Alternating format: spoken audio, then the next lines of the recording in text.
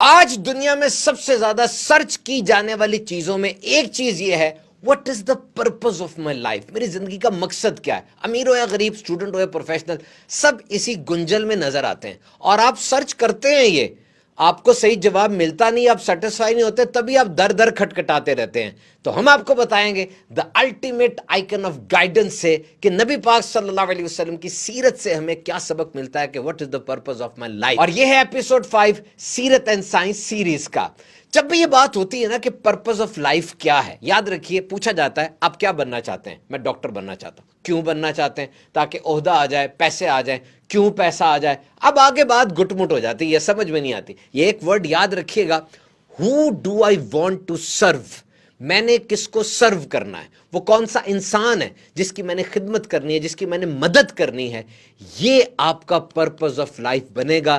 جب یہ کام ہو جائے گا نا، زندگی میں سکون ہو جائے گا۔ اور سیرت میں دیکھیے نبی پاک نے ارشاد فرمایا، جو آدمی اپنے لیے پسند کرتا ہے وہی دوسرے کے لیے پسند کرے، اور جو اپنے لیے ناپسند کرتے ہو وہی دوسرے کے لیے ناپسند کرو۔ تم میں بہترین انسان وہ ہے جو دوسروں کے لیے نفع بخشو۔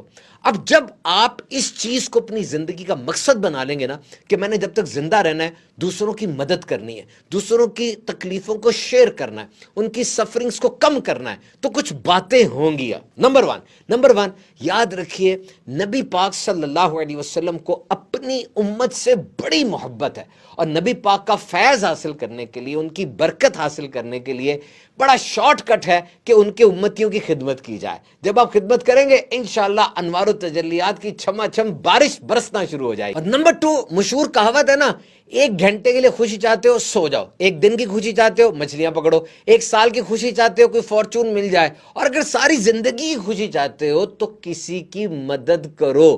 اور یہ بات ہمیں پرانے دور کی کہاوتوں، کہانیوں، ہر جگہ سے، بالخصوص نبی پاک صلی اللہ علیہ وسلم کی تعلیمات سے ملتی ہے کہ دوسروں کی مدد کریں، ان کے لیے آرم ایکسٹینڈ کریں۔ دولت ہے، دولت کے ذریعے، پیسہ ہے، انرجی ہے، دوسروں کو اٹھائیں۔ اور جب آپ کی زندگی کا یہ مقصد بن جائے گا نا، تو یاد رکھیے آپ کو کسی الارم کلاک کی ضرورت نہیں پڑے گی کہ الارم کلاک آپ کو اٹھائے، بلکہ آپ اٹھ کے الارم کو اٹھائیں گے، یعنی آپ اتنے موٹیویٹڈ ہو جائیں گے۔ اور آج کے اس آرٹیفیشل انٹیلیجنس کے دور میں جب یہ مصنوعی ذہانت انسانی جذبات کو میمک کر رہی ہے، یعنی اب چیٹ جی پی ٹی سے بات کریں ایسے ہی لگتا ہے جیسے کوئی بندہ آپ کے سامنے بیٹھ کے باتیں کر رہا ہے، ایسے ہی لگتا ہے نا جواب یوں دے رہا ہے اور سب کچھ کر رہا ہے۔ ایسے وقت میں بھی امیر ترین لوگ وہ میڈیکل پر، فلاحی کاموں پر، ویکسینیشن پر اربوں ڈالر خرچ کر رہے ہیں۔ کل میں پڑھ رہا تھا ایک بندے نے کینسر کے لیے $2 ارب کی خطیر رقم دی، تو اکوپمنٹ آئیں گے، وہ سپیڈ اپ ہو جائے گا۔ کیوں؟ اس لیے کہ یہ مدد کرنا یہ انر پیس کے لیے بڑا ضروری ہے۔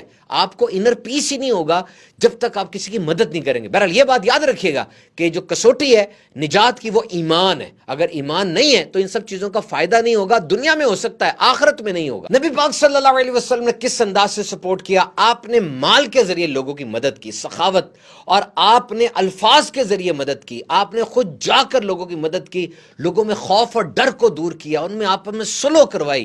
یہ انداز تھے، اور پھر آپ نے ایک نظام بنا دیا۔ اس نظام میں کیا ہے؟ زکوٰۃ ہے، خیرات ہے، تحائف ہے، چھوٹی عید پر لوگوں کی مدد ہے، بڑی عید پر گوشت ہے، کھانے کی ترغیب دلائی، اور ان ساری چیزوں کو ثواب سے کنیکٹ کر دیا کہ دیکھو جب تم یہ کام کرو گے تم خود بھی خوش رہو گے اور تمہارا اللہ بھی تم سے راضی ہو جائے گا۔